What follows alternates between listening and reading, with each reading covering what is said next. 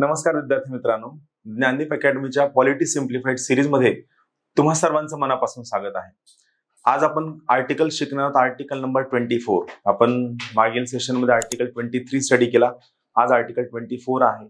Article 23 आणि article 24 ही दोनही कलम ज्या ग्रुपच्या अंडर येतात त्या ग्रुपचं नाव आहे शोषणाविरुद्धचा हक्क, राईट अगेन्स्ट एक्सप्लॉयटेशन। म्हणजे तुमचा खाजगी व्यक्ती असेल, कायदे मंडळ असेल, कार्यकारी मंडळ असेल, यापैकी कोणीही जर तुमचा कोणत्याही पद्धतीने खाजगी पद्धतीने कायदा करून, नियम करून, GR काढून जर तुमचा शोषण करण्याचा प्रयत्न केला तर या परिस्थितीमध्ये आर्टिकल 23 आणि आर्टिकल 24 तुम्हाला या प्रकारच्या कोणत्याही शोषणापासून संरक्षण देतं, एक्सप्लॉयटेशन पासून संरक्षण देतं। त्याबद्दलचं हे महत्त्वाचं कलम आहे। चला आपण समजून घेऊया आर्टिकल 24 काय आहे। तर बेसिकली मित्रांनो, आर्टिकल 24 कशाबद्दल आहे? आर्टिकल 24 आहे कारखाने इत्यादींमध्ये बालकांना कामाला ठेवण्यास मनाई आहे।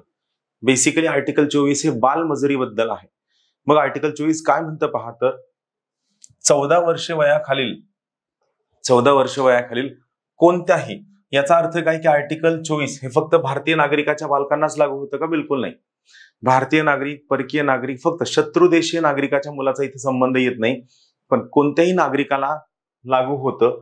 सो 14 वर्ष वयाखालील कोणत्याही बालकास कोणत्याही कारखान्यात वा खाणीत काम करण्यासाठी नोकरीत ठेवले जाणार नाही अथवा अन्य कोणत्याही धोकादायक कामावर त्यास लावले जाणार नाही। आता यामध्ये वरचेवर बदल झालेला आहे। बेसिकली यांचं काय म्हणणं आहे की सुरुवातीला हा जो काय आर्टिकल होतं याच्या आधारावर जो कायदा केला गेला 1986 चा बालमजुरी प्रतिबंध आणि नियमन कायदा, या कायद्यानुसार 18 ऑक्युपेशन आणि 65 प्रोसेसेस मध्ये बालकांना काम करण्यास मनाई होती। पण नवीन जो बदल झालाय 2016ला 1986 च्या कायद्यात बदल करण्यात आला आणि 2016च्या या कायद्यामध्ये सगळ्यात महत्त्वाचा बदल काय झाला तर त्यांनी कायद्याचं नाव दिलं the child and adolescent labour prohibition and regulation act 2016। यावेळी महत्त्वाचा शब्द ऍड झालेला आहे ॲडोलसेंट। ॲडोलसेंट म्हणजे काय की प्रौढ। तर या ठिकाणी 14 वर्ष वयापर्यंतच्या मुलाला बालक म्हणलं जाईल, 14 ते 18 वर्ष वयापर्यंतच्या मुलाला ॲडोलसेंट म्हणलं जाईल। मग नियम काय आहे तर नवीन नियम हा आहे की 14 वर्ष वयापर्यंतच्या मुलाला अगोदर जे होतं की 18 ऑक्युपेशन्स आणि 65 प्रोसेसेस मध्ये काम करण्यास मनाई होती, 2016 नंतर 14 वर्ष वयाखालील मुलगा कोणत्याही प्रकारच्या कामामध्ये एम्प्लॉय करण्यासाठी पूर्णतः बंदी घालण्यात आलेली आहे। यामध्ये काही महत्त्वाचे जे बदल करण्यात आलेले आहेत, सगळ्यात पहिला महत्त्वाचा बदल जो आहे तो आहे 1996 चा। इथे लक्षात घ्या काय महत्त्वाचं आहे तुमच्यासाठी तर 1996 ला child labour relief welfare fund स्थापन करण्यात आला।